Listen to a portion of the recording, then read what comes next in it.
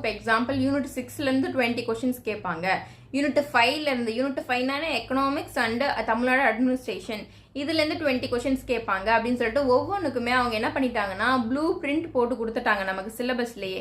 அப்போ நம்ம அதுபடி படிக்கலாம். அப்போ எதுக்கு அதிகமாக கொஷின்ஸ் கேட்பாங்க அதை நம்ம ஃபோக்கஸ் பண்ணலாம். அப்போ யூனிட் 6லேருந்து போகலாம். யூனிட் 6 யூனிட் 5 இந்த மாதிரி தான் நான் உங்களுக்கு எடுக்க ஸ்டார்ட் பண்ணுவேன். ஸோ இதில் எப்படி நம்ம படிக்கணும்னா ஃபஸ்ட்டு நான் இப்போ யூனிட் 6க்குள்ளே நிறைய கேட்டகரி இருக்குது. நான் அதை ஆல்ரெடி ஒரு வீடியோ போட்டிருக்கேன். அந்த யூனிட் 6க்குள்ளே என்னென்ன டாபிக்ஸ்லாம் வரும் எதெல்லாம் நம்ம படிக்கணும்னு சொல்லிட்டு நான் சொல்லியிருந்திருப்பேன். சரிங்களா? So first history of Tamil society, இதுக்கு வேர் டு ஸ்டடி எங்க. அடுத்து ஆர்காலஜிக்கல் டிஸ்கவரி ஆஃப் தமிழ்நாடு, இது எங்கே படிக்கணும். அடுத்து லிட்ரேச்சர். ஸோ லிட்ரேச்சர் பார்ட் ஃபுல்லுமே நான் உங்களுக்கு எடுத்துருவேன். ஏன்னா அது நமக்கு இலக்கியம் சார்ந்து நிறைய தகவல்கள் வேணும்.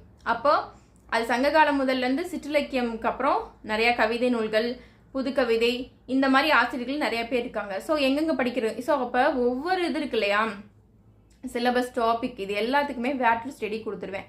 அடுத்த டாபிக் திருக்குறள். அதுக்கு அடுத்த topic early agitation against British rule in Tamil Nadu. அப்படின்னு என்ன அர்த்தம்? ஆங்கிலேயருக்கு எதிராக தொடக்க காலத்தில் நம்ம என்னென்ன யார் பிரச்சனை பண்ணாங்க அப்படின்னா பாளையக்காரர் ரிவோல்ட் வந்திருக்கும். பாளையக்காரர் ரிவோல்ட்டை தொடர்ந்து வேலூர் ரிவோல்ட் வந்திருக்கும். பாளையக்காரர் ரிவோல்ட்ல யார் வந்திருப்பாங்க? புலித்தேவர், வேலு நாச்சியார், வீரபாண்டிய கட்டபொம்மன், மருது பிரதர்ஸ் அண்ட் தீரன் சின்னமலை இவங்கெல்லாம் வந்திருப்பாங்க. ஸோ அடுத்து நம்ம ரோல் ஆஃப் ஃப்ரீடம் ஸ்ட்ரகிள்ஸ் இன் தமிழ்நாடு அப்படிங்கிற டாபிக் பார்ப்போம்.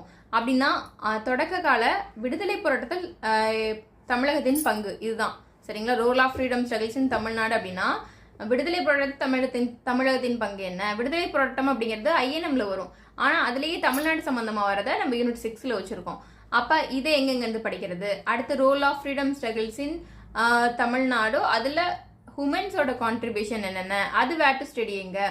அதே போல் பொலிட்டிக்கல் மூமெண்ட்ஸ் வரும். சரிங்களா? பார்ட்டிஸ் வருவாங்க. நீதி கட்சி, ஜஸ்டிஸ் பார்ட்டி, அப்புறம் டிஎம்கே, இதெல்லாம் வரும். திராவிட கழகங்கள், திராவிட இயக்கங்கள் அப்படிங்கிற டாபிக் வரும்.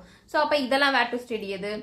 ஸோ ஓவராலாக அப்புறம் 19ஆம் 20ஆம் நூற்றாண்டின் சமூக சீர்திருத்த இயக்கங்கள் இதெல்லாமும் படிப்போம் நம்ம. அப்போ இதெல்லாம் எங்கேருந்து படிக்கணும் அப்படிங்கிற ஒரு விஷயம். அப்புறம் எப்படி படிக்கணும், எதை இம்பார்ட்டண்ட்டாக உள்ளதை மட்டும் படித்தா போதும் அப்படிங்கிற ஒரு விஷயம். அண்டு ப்ரீவியஸ் இயர் கொஸ்டின் பேப்பரை நீங்கள் படிக்கணும். சரிங்களா? ஒவ்வொரு டாப்பிக்குக்கும் இல்லை ஃபுல்லாக படித்தாலும் சரி. ஸோ அப்போ இந்த மாதிரியான விஷயங்களை அப்புறம் நம்ம நிறைய டெஸ்ட்டு போட்டு பார்க்கணும். இந்த மாதிரியான விஷயங்களை ஃபாலோ பண்ணனால ஒவ்வொரு எக்ஸாம்ஸ்லேயே நம்ம மோர் மார்க்ஸ் ஸ்கோர் பண்ண முடியும். இப்போ எக்ஸாம்பிள் யூனிட் 6லேருந்து 20 கொஷின்ஸ் கேட்பாங்க. யூனிட் 5னால எக்கனாமிக்ஸ் அண்ட் தமிழ்நாடு அட்மினிஸ்ட்ரேஷன் இதுலேருந்து 20 கொஷின்ஸ் கேட்பாங்க அப்படின்னு சொல்லிட்டு ஒவ்வொன்றுக்குமே அவங்க என்ன பண்ணிட்டாங்கன்னா